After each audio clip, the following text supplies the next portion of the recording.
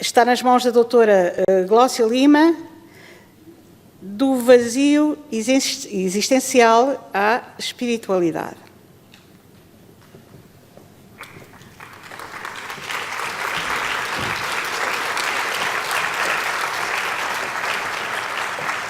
Então, muito boa tarde a todos. Aquela menina tem 25 anos atrás.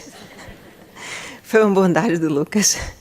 Muito boa tarde a todos. Eu gostaria de cumprimentar os organizadores da 15ª Jornadas de Cultura do Oeste, também o representante da Federação Espírita Portuguesa e todos os senhores e senhoras que se deslocaram hoje às Caldas da Rainha para compartilhar conosco essas 15ª Jornadas de Cultura Espírita.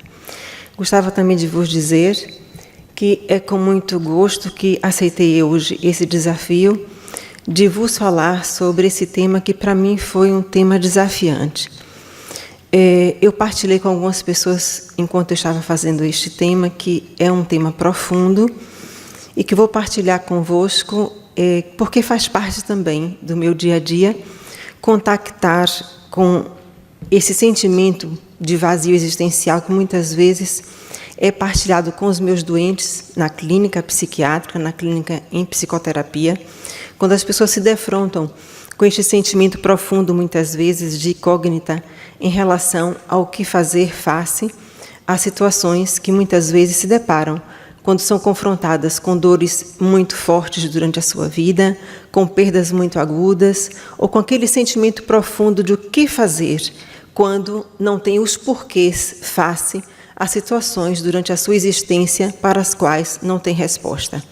Portanto, é baseado nestas perguntas e nestes porquês que nós construímos o nosso trabalho, que aqui hoje vamos apresentar, segundo esses tópicos que aqui agora estou a apresentar para vocês.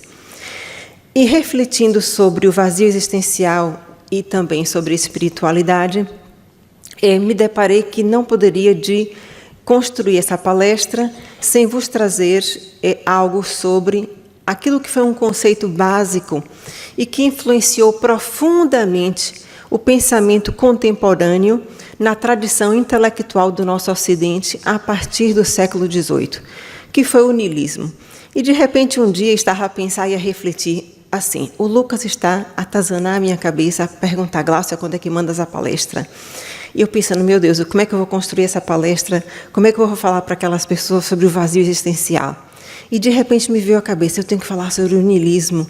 Porque esse pensamento que influenciou profundamente o pensamento contemporâneo, que é o sentido do nada, do vazio, que influenciou a literatura, as artes, as ciências humanas, que é a desvalorização e a morte do sentido, que é realmente essa ausência de finalidade e de respostas aos porquês existenciais, influenciou profundamente a nossa vida, influenciou profundamente a partir do século XVIII, XIX, a ponto de que, no século XX, o século XX foi considerado realmente o século do vazio.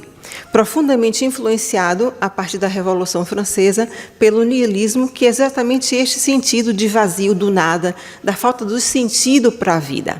Portanto, muito embora este termo tenha sido desenvolvido a partir da Revolução Francesa, influenciado justamente por aquelas pessoas que não acreditavam em nada, a partir deste grupo, e até mesmo cunhado por um filósofo russo, um escritor russo chamado Turgenev, no final do século XVIII, foi atribuído a Nietzsche, mais tarde, o desenvolvimento filosófico deste termo.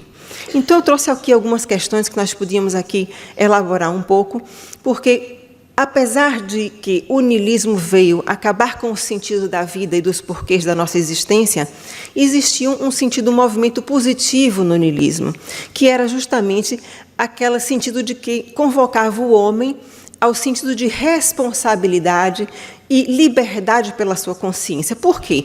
Porque no final do século XVIII, se a gente for remontar um bocadinho aqui a história, nós vamos ver que no final do século XVIII, início do século XIX, nós estávamos, a população e a humanidade, vinha justamente tolhida da sua liberdade de pensar pela Igreja. Portanto, então havia um chamamento do povo justamente para pensar por si próprio, pela liberdade de pensar e pela responsabilização pelos seus atos. Então, esse foi o lado positivo atribuído ao niilismo. O lado negativo seria o quê?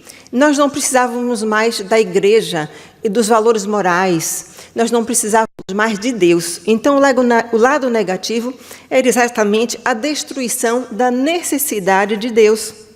E justamente esse pensamento, se Deus não existe, então tudo é permitido, levando até a um ponto máximo deste pensamento, que era o pensamento anárquico. Então, se Deus não existe, nós não precisamos de Deus, então isso era toda a negação da moral. Até mesmo não era possível ter qualquer sentimento de moralidade. Portanto, então, passando muito rápido por este pensamento, o niilismo existencial dizia que a vida é sem sentido, era sem objetivo, sem propósito, sem valor intrínseco. Então, por que tudo isso tem sentido para nós? Porque nós temos que perceber que este era o pensamento vigente, mais que isso, deixa eu voltar aqui para trás, era o pensamento vigente e, sobretudo, era o pensamento que era completamente total do século XIX, final do século XVIII, justamente quando houve a necessidade da espiritualidade de chamar a atenção da humanidade para algo novo, uma doutrina forte que viesse chamar a atenção da população, da humanidade para os valores morais. Então surgiu o quê? Veio surgir o Espiritismo. Ou seja, naquela época do século XVIII, XIX, início do século XIX, a população, a humanidade estava completamente assambarcada pelos valores do niilismo. Quando surgiu, então, a necessidade da espiritualidade, desenvolver os valores morais novamente na população, no ser humano, fazendo apelo à sua espiritualidade. Então, é nessa altura que vai surgir o quê? A doutrina espírita, como uma doutrina forte, que veio chamar o povo novamente, a população, ao seu chamamento espiritual. Portanto, esse autor italiano, esse filósofo italiano, dizia uma coisa interessante, que era a própria existência, toda ação, o sofrimento e sentimento, em última instância, é sem sentimento e vazio, que é justamente aquele oposto daquilo que nós consideramos no próprio Espiritismo. Portanto, no niilismo, só para concluir esse pensamento, Nietzsche dizia o seguinte, foi aquele que mais apadrinhou este pensamento, aquele que mais desenvolveu este sentimento filosófico, dizia, no niilismo ativo, que era a completa destruição da moral e tudo era desprovido de sentido, que foi justamente o oposto que foi desenvolvido depois através da doutrina espírita. E no niilismo passivo, ou seja, também todo esse sentimento foi ainda mais desenvolvido através do pensamento anárquico e através da destruição de qualquer ligação à religiosidade, à espiritualidade, a um padrão moral. Então, o que é que nós vamos concluir com isso? Para levar para casa, seria: o niilismo era o vazio existencial, era o vazio do sentido, era a falta de valor da existência humana, a falta de resposta aos nossos porquês e às questões da humanidade.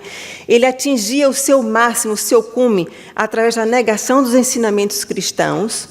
Portanto, o nada era o que tinha valor, não existia, tudo perdia sentido. O homem percebia que nascia para nada, vivia para nada, e tudo iria se acabar e a vida não tinha nenhum valor ou sentido. A divindade era questionada, não fazia sentido, a religiosidade muito menos, e havia uma crítica à moralidade cristã e à vida após a morte. Portanto, neste envolvimento filosófico e que todo o nosso pensamento contemporâneo era expressado através da filosofia, da arte, da ciência, que nós estávamos completamente tolhidos de pensar para além disso, que surge a necessidade espiritual de surgir uma doutrina forte que viesse despertar a humanidade para os valores espirituais. Que surgiram, então, os percussores que aqui hoje já foram falados anteriormente pelo Manuel, da doutrina espírita, nos chamando, nos conclamando para uma realidade do espírito nos finais do século XVIII e XIX. Eu não vou falar sobre os precursores da doutrina espírita, que não é o objetivo da nossa apresentação, mas surgiu em várias, como nós sabemos, em várias regiões do nosso planeta, nos Estados Unidos, surgiram os fenômenos de Hydesville pelas irmãs Fox, surgiram os fenômenos das mesas girantes, surgiram as materializações de Kate King através do médium Florence Cook, estudadas pelo William Crookes, um eminente estudioso da altura, cientista da altura. Surgiram também as materializações, outras materializações de outros espíritos, os fenômenos da Eusápia Palatino, que é essa senhora que está ali agachada, que fazia os fenômenos das mesas girantes, que vieram chamar a atenção acerca da fenomenologia mediúnica e despertar essa fenomenologia para a espiritualidade e que mais tarde foram estudadas por eminentes cientistas da época. Então, nunca naquela altura esses fenômenos tinham sido tão estudados por pessoas da cátedra.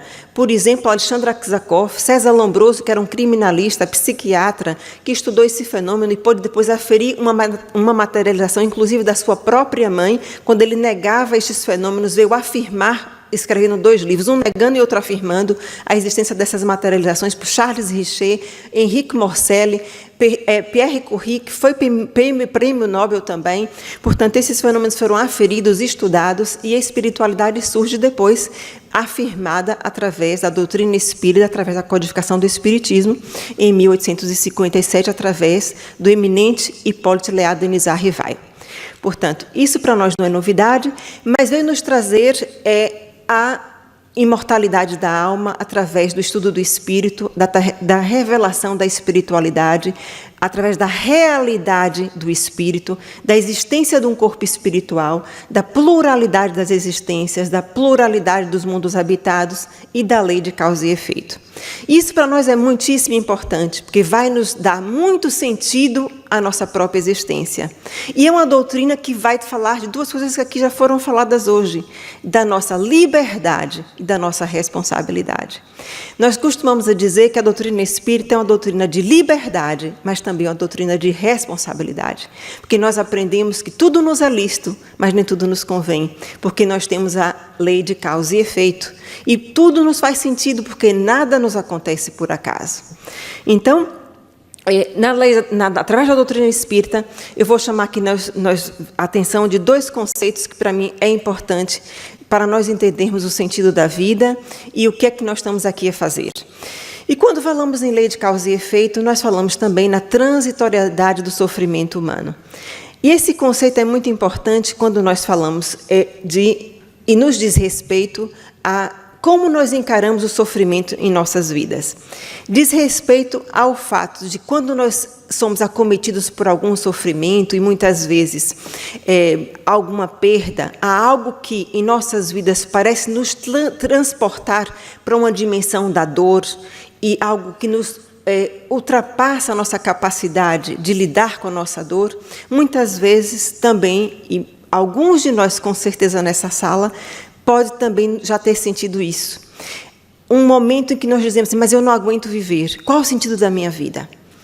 Muitos de nós aqui nessa sala já podem ter dito assim, mas não vale a pena viver. Por que eu estou a viver? Para que viver?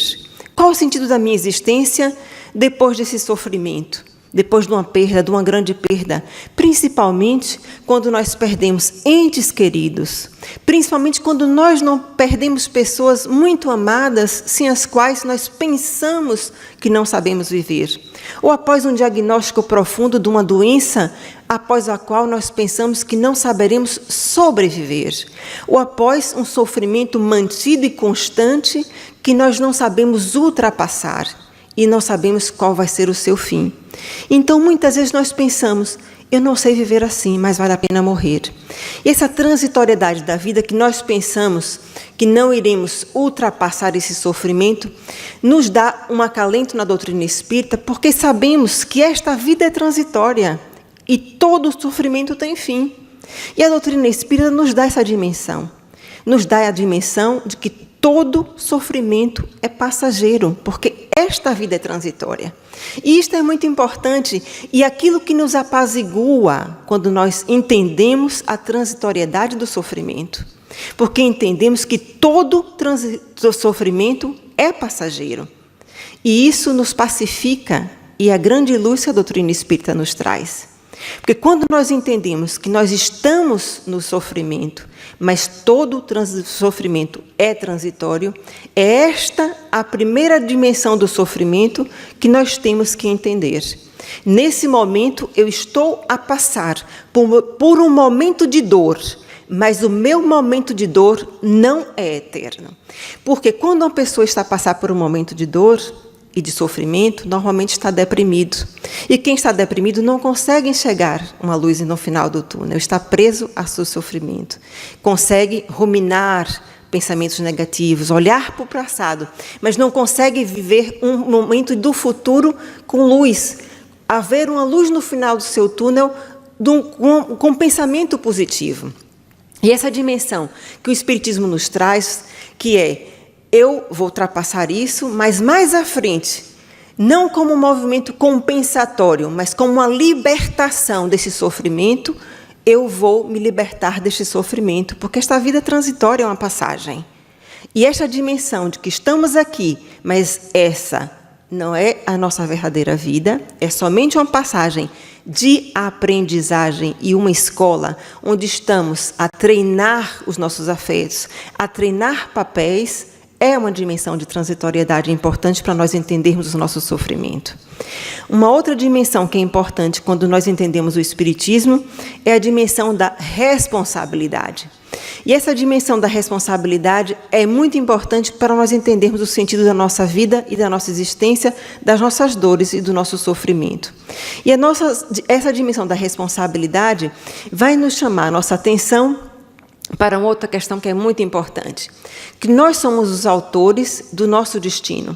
Somos responsáveis pela felicidade, pela infelicidade das nossas vidas.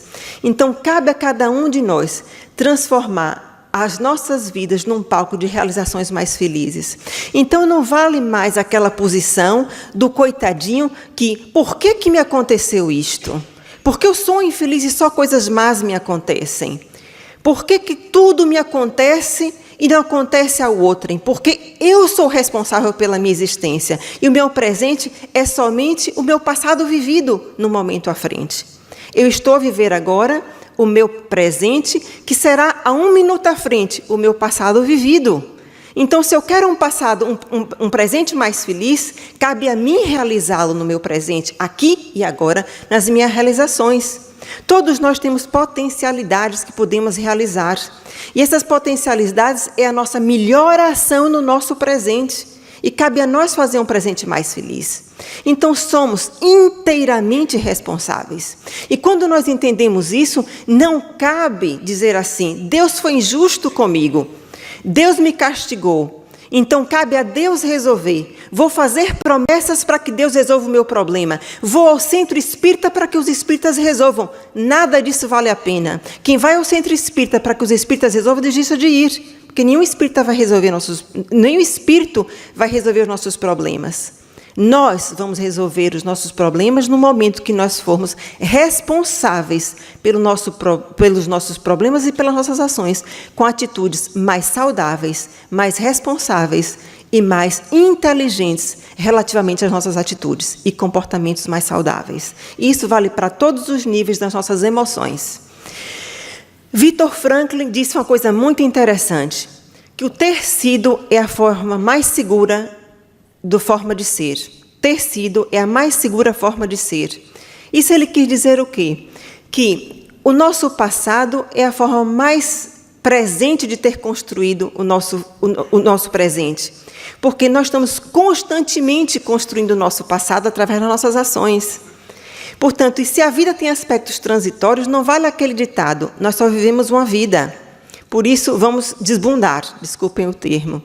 Porque naquela concepção de dizer assim, nós só temos uma vida, então vamos viver a vida de uma forma irresponsável, nós vamos colher exatamente o fruto das nossas atitudes no nosso presente. Portanto, essa desculpa para nós espíritas não é pertinente, porque nós vamos colher exatamente aquilo que nós construímos aqui e agora. Portanto, Viktor Frankl dizia o seguinte: o ser consciente se responsabiliza por estas opções e percebe que o seu passado são as escolhas do seu presente. Estamos a escolher a todo momento. Escolhemos hoje de manhã acordar e vir ao CCC. Escolheremos amanhã acordar, vir ou não ao CCC. Fazemos escolhas a todo minuto, a todo momento. Perdoar, não perdoar. Sentir raiva, sentir amor. A todo momento estamos fazendo escolhas que influenciarão o nosso presente e o nosso passado, que é o nosso presente vivido. Portanto, falando um pouco mais de Viktor Frankl, porque ele foi uma pessoa importante a desenvolver uma psicoterapia que chama-se logoterapia e desenvolver um livro que eu recomendo para que as pessoas leiam, principalmente aquelas pessoas que estão a passar por um momento de dor e de sofrimento. É o livro Em Busca de Sentido.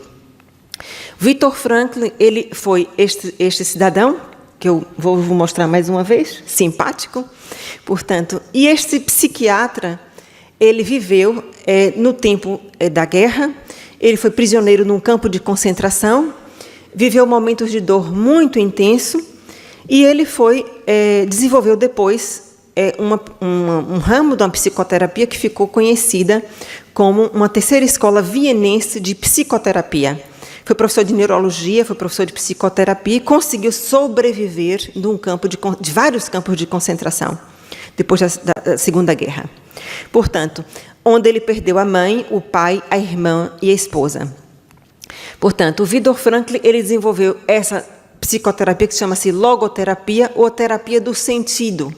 E ele faz apelo justamente à responsabilidade das pessoas acerca das suas ações e um sentido para a vida. Portanto, apesar de perder tudo durante a guerra, tudo que tinha valor, ele conseguiu encarar a vida após os campos de concentração, encontrando um valor para a sua própria existência. Ele desenvolveu essa escola de psicoterapia, que se chama logoterapia, como eu já disse. Portanto, foi considerada a terceira escola. A primeira era psicanálise, primeira escola vienense de terapia. A segunda foi a psicoterapia individual de Adler. E essa terceira escola se insere dentro das escolas humanistas de psicoterapia. Algumas coisas interessantes. Eu estou a citar porque veio justamente após o movimento niilista. Ele foi extremamente influenciado por Dostoiévski, que foi um niilista. Apesar de tudo, ele cita Dostoiévski na sua obra, que diz assim: temo somente não ser digno do meu tormento. E ele dizia isto aos seus colegas no campo de concentração.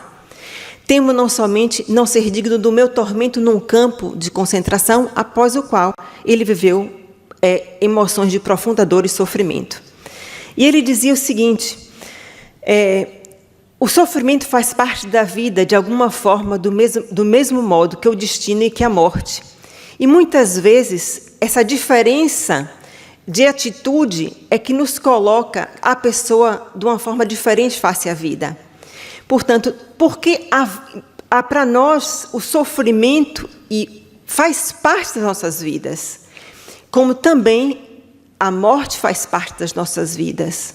E no campo de concentração ele percebeu isto. E o que fazia diferença era a atitude das pessoas face à morte, porque a morte era uma coisa natural no campo de concentração.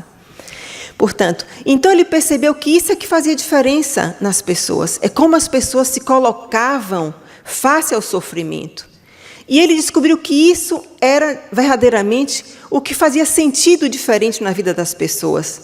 Não era o sentido da vida, mas como as pessoas se colocavam perante a vida e perante as situações de sofrimento.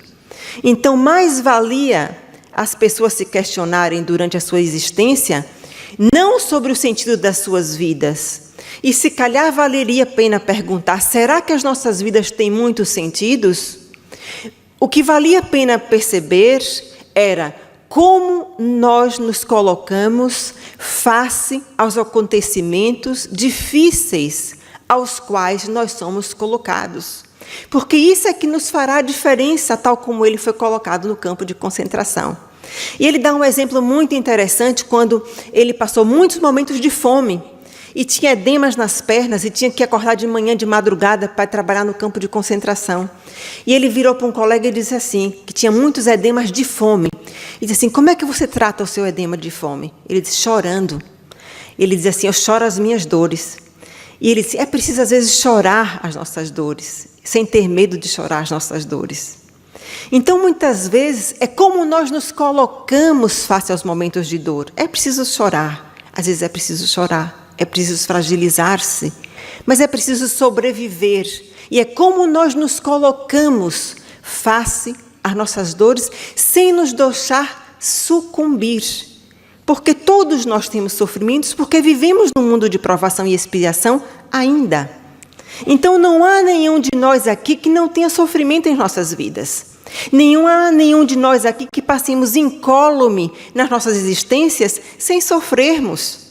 Não há nenhum de nós que tenha nascido em berço de ouro sem qualquer sofrimento.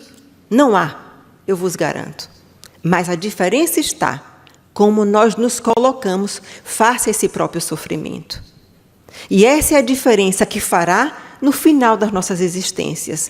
Porque será que esse sofrimento é suficiente para dar sentido à nossa vida?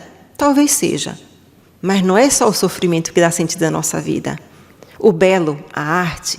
Eu estava há pouco sentado olhando o Maurício e estava emocionado e dizendo assim, isto dá sentido à nossa vida. A simplicidade, a beleza, a cor, a arte, a ingenuidade das crianças, tudo dá sentido à nossa vida. Portanto, nós podemos dar muito sentido ao amor, à vivência, à partilha, estar aqui convosco, a partilhar, tudo pode dar sentido às nossas vidas, quando nós nos desapegamos dos nossos sofrimentos. Portanto, o que é que a vida espera de nós? Essa pergunta nos faz sentido. Mais do que o sentido das nossas vidas, o que é que a vida espera de nós? Portanto, é sermos mais responsáveis e respondermos mais adequadamente, de uma forma mais consciente. Portanto, cabe a nós fazermos uma análise todos os dias e perguntarmos de que maneira eu posso agir de uma forma mais autoconsciente e mais responsável face às nossas existências. De que maneira eu posso agir de uma forma mais equilibrada face ao outro que me provoca, face ao meu patrão que não gosta de mim, face ao meu colega que me detesta, face a um filho que é difícil, face a um marido que é insuportável. De que maneira eu posso agir de uma forma quando a dor me suplanta e quando eu não suporto mais viver. Porque este é o meu momento evolutivo em que minha vida me pede uma resposta mais adequada. Porque a minha vida é singular, é única e me pede agora uma resposta melhor. Porque nós sabemos que essa vida é transitória e é uma oportunidade existencial. Sabemos mais, meus amigos, que temos muito mais espíritos no mundo espiritual esperando essa oportunidade que nós não podemos desperdiçar. Sabemos muito mais que quando aqueles que tentam o suicídio estão do outro lado da vida, se arrependem porque perderam essa oportunidade.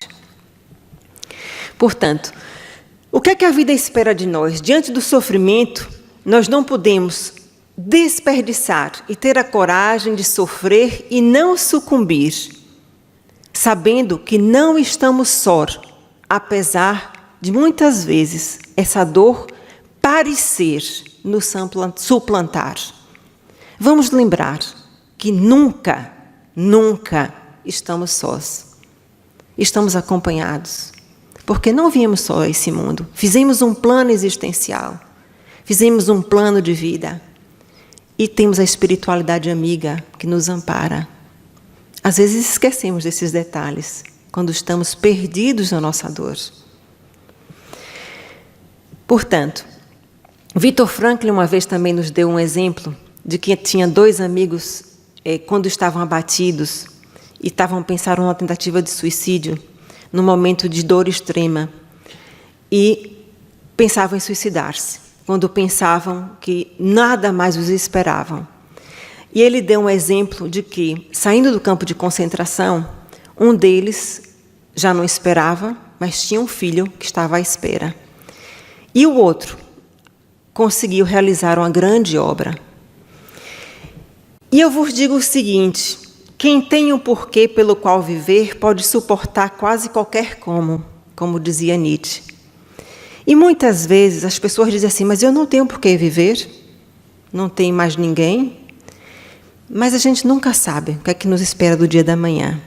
E muitas vezes nós não precisamos de ter um grande papel, sermos um grande médico, sermos uma pessoa extremamente conhecida. O nosso papel é único, é realizarmos aquilo para o qual nós nos propomos no nosso plano espiritual. Esse é o nosso sentido existencial. Não precisamos de mais nada. Esse é o nosso grande papel. Se cada um de vocês sair daqui hoje e dizer assim: mas eu queria muito saber qual é o sentido da minha existência. O seu sentido é único. É o seu plano. A gente pode não lembrar de nada, mas tenha certeza, é o seu plano. É realizar essa existência. É realizar essa existência da melhor forma que pode ser realizada. Mas como? Com o melhor que souber nas suas atitudes. Com o melhor que puder nas suas atitudes. Sendo a melhor forma, a melhor pessoa possível nas suas ações e nos seus comportamentos. Eu vou vos contar um caso que me chamou muita atenção, que é o caso do Rodrigo, que, chegando um dia de urgência, num domingo, eu, passando pela urgência, fui chamada para atender uma pessoa que estava nos cuidados intensivos, na unidade de agudos, e chamou minha atenção um rapaz de 30 anos que estava ligado às máquinas. E eu perguntei a um colega que disse assim, perguntei o porquê daquele rapaz estava completamente ligado às máquinas. E eu perguntei ao colega por que ele estava ali, naquele estado, ligado ao ventilador. Ele disse: esse rapaz tem uma encefalite herpética. Portanto, tem o vírus da herpes zoster, aquele vírus que aparece na pontinha da boca, que ascendeu para o sistema nervoso central, dando um quadro extremamente raro. E, de repente, o rapaz entrou em coma. Portanto, é um vírus que tem um tropismo pelo sistema nervoso central e, de repente, o rapaz entrou em coma. Aquele caso me chamou a atenção, como chamou a atenção de muita gente no hospital, que soube do caso, porque o rapaz era muito jovem e era um rapaz bonito. E eu fui, todos os dias eu chegava no hospital, ia lá no sistema informático e ia saber da evolução do rapaz. Após 12 dias de estado em coma, fui acompanhando a evolução, fez meningite, fez uma convulsão, entrou em coma, está pior, está melhor. Bem, depois de 12 dias, o rapaz desencarnou. E a psiquiatria foi chamada para atender os pais, não fui eu, foram os meus colegas que estavam no serviço de urgência, para atender os rapazes no serviço de urgência. E foram 2 colegas atender os pais do rapaz que estavam em crise por não aceitar a morte do rapaz, o desencarne. Os pais foram medicados e pronto. E eu fiquei a perguntar, realmente é preciso ter alguma espiritualidade para entender, de fato, como esses processos acontecem. Por quê? Porque tenho também 3 filhos. E não precisava ter os 3 filhos, essas coisas nos chamam a atenção. E se a gente não tem a noção de espiritualidade, às vezes fica difícil compreender essas situações. Passados 6 meses, eu estava novamente de urgência e fui chamada para atender, pela psicologia, a mãe de um rapaz que tinha desencarnado. E essa mãe pensava em suicidar-se, porque tinha perdido o sentido da vida. E eu, muito impressionada com aquele caso, fui atender a mãe deste rapaz. E ela me dizia que perdeu completamente o sentido da sua existência após ter falecido o seu filho de 30 anos. E era a mãe do Rodrigo.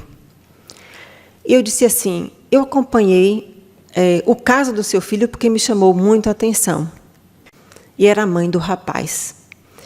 E ela me contou a sua vida e a sua desesperança, não somente porque tinha perdido seu filho de 30 anos, porque já tinha tido uma vida muito difícil.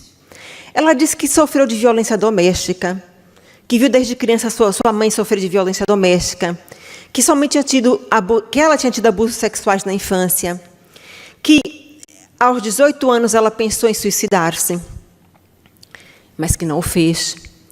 que sofreu também de violência doméstica porque casou-se aos 18 anos para sair de casa, porque sofria de violência doméstica. E quando casou aos 18 anos, engravidou, mas também ela sofreu de violência pelo marido e voltou para casa com um filho nos braços. Mas também pensou em suicidar-se nessa altura, mas já tinha um filho. E ainda bem que não fez. Já tinha esse filho, o Rodrigo. E, entretanto, aos 18 anos, quando volta para casa, passado um ano, aos 19, o seu irmão, que já tinha 30, desencarna. Portanto, outro episódio depressivo. Portanto, a sua vida foi marcada de muito sofrimento. E ela dizia, eu não entendo por que tanto sofrimento. Eu acho que eu sou uma lutadora, mas eu estou cansada de sofrer. Então, ela continuava e dizia assim, doutora, eu já não aguento mais esta vida. Eu acho que eu lutei, mas agora eu esgotei, porque nada como perder um filho. E ela dizia assim, há 7 anos morreu minha mãe era o meu sustento, era a única pessoa que me compreendia. Eu tive problemas agora no trabalho, e agora vem o meu filho morre, era meu pilar, era para quem eu vivia a vida inteira, era um rapaz responsável, que acompanhou, que fez como fiz no meu caminho.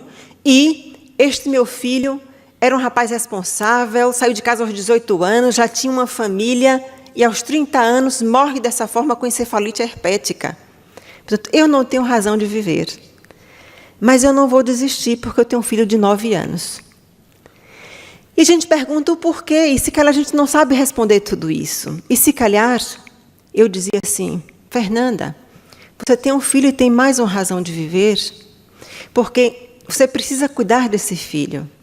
E controlando e encontrando razões da espiritualidade, nós vamos perceber que ela ainda tinha muitas razões para viver. Ela tinha o seu exemplo. Assim, eu dei o exemplo ao meu filho. E tinha mais exemplos para dar, porque ela era uma mulher forte para lutar.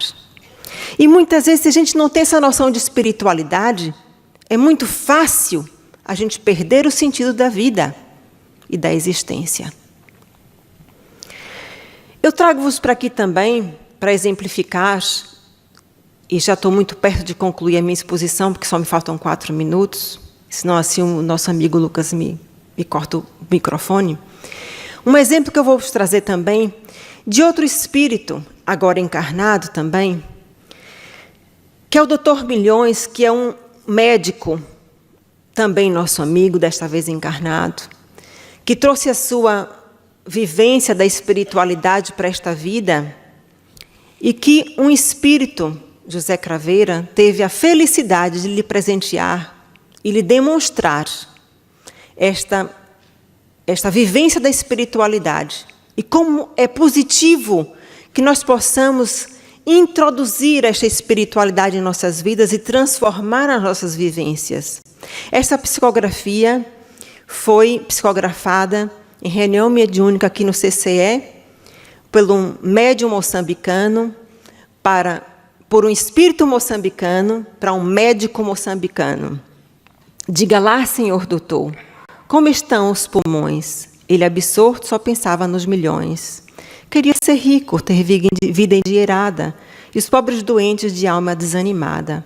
O médico Milhões lá enriqueceu, esquecendo que perderam lugar no céu. Anos mais tarde, quando a morte o visitou, Milhões faleceu e nada levou. Chegou no além, como de lá viera, cheio de promessas transformadas em quimera. Alguns o acusavam das práticas comerciais, enquanto ele ignorava os doentes e os seus ais.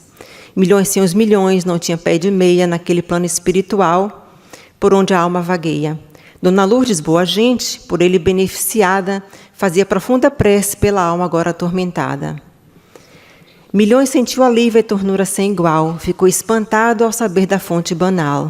Ah, como me arrependo do ouro que me atormenta, ajuda-me, meu Deus, que o coração não aguenta. Deus, na sua bondade, concedeu-lhe a reencarnação. Serás médico em África e suarás muito pelo pão. E assim Milhões nasceu em país africano, sendo médico com dificuldades, lutando após ano. Ainda hoje, Milhões expia sua anterior reencarnação, trabalhando em provecta idade no outro país, noutra nação. Milhões é agora praticante do espiritismo, praticando, divulgando e auxiliando ao que ainda estão perto do abismo, poeta alegre. Milhões neste momento é um médico encarnado entre nós, que voltou com uma patologia nos pulmões, mas desde o dia que recebeu esta mensagem, se libertou de uma tosse que tinha crônica nos seus pulmões. E essa vinculação com a espiritualidade também nos dá o sentido da libertação. Deixo-vos um exercício para que vocês façam todos os dias, que é convido-os a enfrentar a vida numa postura mais otimista, de uma forma ativa, refletindo conscientemente o que poderia ter feito melhor e mais gratificante, mas se libertando da culpa e do medo, porque isso são os portais que nos abrem para a obsessão e também para as vinculações negativas, que não nos fazem bem, nem nos fazem crescer. E convido-nos também para responder isto. Como eu quero viver cada momento da minha existência? Como eu quero fazer diferente? Como eu quero fazer mais e melhor? Realizando o exercício da gratidão. Porque temos que ser gratos por tudo o que nos acontece, mesmo aquilo que nos parece ser menos felizes na nossa vida. Convido-vos também a fazer um exercício para sermos mais felizes. Só mais 1 minuto. E convido-os a ler comigo essa passagem de Fernando Pessoa. Ser feliz, encontrar força no perdão, esperanças nas batalhas, vejam como isso é profundo, segurança no palco do medo, amor nos desencontros e agradecer a Deus a cada minuto pelo milagre da vida. Fernando Pessoa. Eu deixo-vos rapidamente com essa passagem deste vídeo, que eu não sei se vai conseguir passar, mas eu vou tentar. Eu fico muito agradecido a Deus por tudo que está acontecendo comigo. Eu nunca pensei em entender fazer um show o tempo todo sentado. Mas é maravilhoso aprender o que eu estou aprendendo. Eu nunca tinha pensado nisso. Roberto Leal, no seu último show, desencarnado a 15 de setembro, embaixador da cultura entre Brasil e Portugal. Já se passaram 40 e tantos anos. E essa força está dentro do nosso coração, meu de vocês, porque Ele não desampara ninguém. O meu médico chegou para mim e falou assim: Roberto, você não vai fazer show. Não. Roberto, você não vai para lugar nenhum. Não. Eu fui para todos os lugares assim. Porque se eu tivesse ficado na minha casa, eu iria valorizar a dor. Eu iria dar todo o tempo para ela.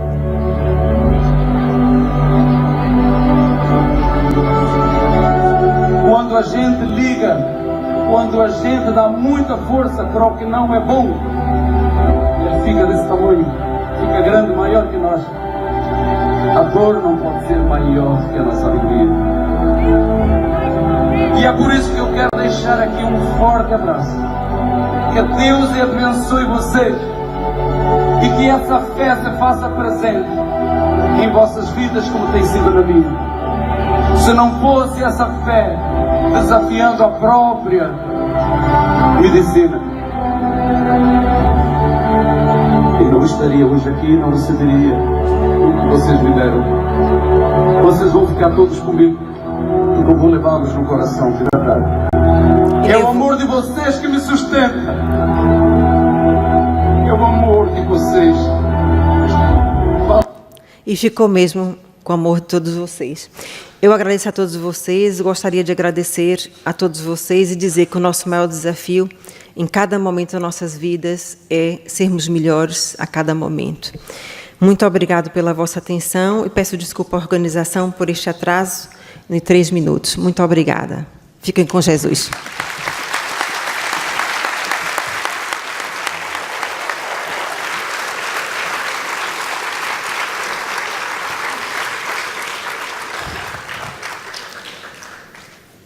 Queremos agradecer à doutora Gláucia Lima pelo excelente trabalho que nos trouxe até aqui, que lá para a minha beira se diria, temos que pensar melhor. Muito obrigada. E agora temos a Amélia, conferência. Diga. Deixe-me só mostrar aqui uma coisa. Eu acho que conhecem, agora um bocadinho, 2 anos mais velha do que ao bocado. Atenção, estes 2 livros estão ali à venda, sobre espiritismo e psiquiatria, caso queiram um autógrafo. Se alguém desejar enviar questões aos palestrantes, pode enviar para este e-mail, jornadascaldas@gmail.com, para todos os palestrantes. Temos aqui uma edição nacional